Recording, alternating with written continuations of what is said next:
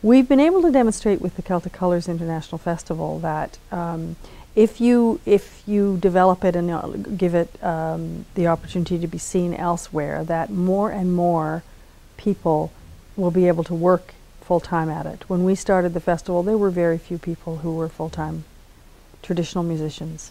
Now there's quite a lot, and they travel the world. So it does work. And I think that applies not just to the music sector, it definitely applies to the design and craft sector and the art, the visual arts, because we've seen a huge development there where people have developed markets outside of this area and have started to really create great businesses. There's actually more people working in the cultural sector than in these other sectors. And because they're not in one place, we tend to ignore it. The good side of that is that they are all over the island, and so they're bringing economic activity very widespread, not to one particular community. And that's the model of Celtic Colours, but it's also the model of artists in general, who find that there's so much creative potential in the beauty of Cape Breton, in the people of Cape Breton, in the history, the traditions, all of the things that we have to offer here. And a lot of that is in rural communities. I think it's been a wonderful opportunity for our artists to grow their business because their work is selling 12 months a year, and it is impacting their income. They're selling more product. And we're also introducing it to audiences that they might not have been introduced because they are in their rural, a lot of them are in their rural communities with their studios and workshops. And it is the tourists that seek them out in those particular areas of the island.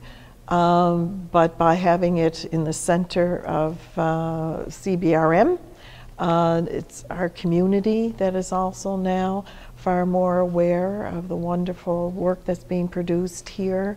We're doing work with corporations who are coming to the center to purchase work of our local artists for their corporate giving. So there have been many advantages for our artists because we have this wonderful gallery shop. We opened our store 24 years ago. This will be our 25th summer. And along with me, there's my wife, and there are another 6 staff members. We make leather goods, and we make all the way from, like what you'd expect, belts and bags and wallets and that kind of thing.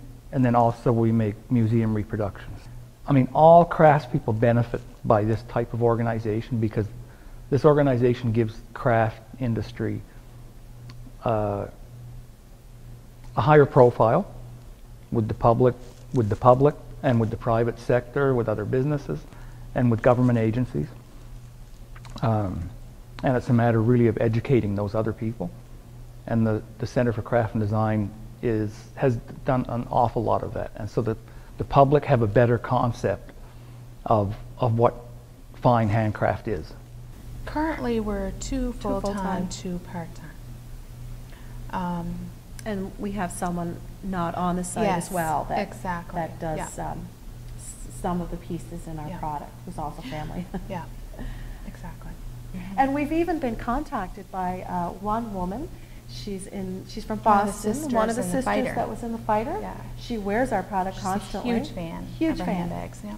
She emails and Facebooks. She emails us and says, "I'm in Hollywood today, and women are going crazy over my bags." 3 women stopped me because of my bag. They don't stop her because she was on the fighter. No. She stops her because she has a Michique handbag. The impact of the cultural sector in Cape Breton is huge. We probably have more people who are either working full-time, part-time, or are richly engaged in one part of their life or another in the cultural sector. We've tended to take it for granted and have not looked at it as an economic opportunity. We've tended to think that everybody plays the fiddle and everybody makes beautiful things at home, and we don't realize that it's very special here and that it is an economic opportunity. Michique went to the Monaco TV Film Festival. We had sent the bags.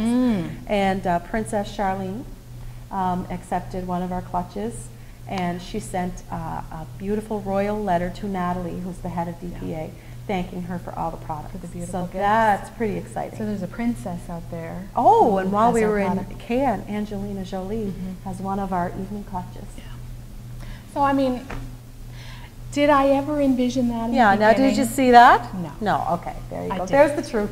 The impact of the cultural sector in Cape Breton is huge. We probably have more people who are either working full-time, part-time, or are richly engaged in one part of their life or another in the cultural sector.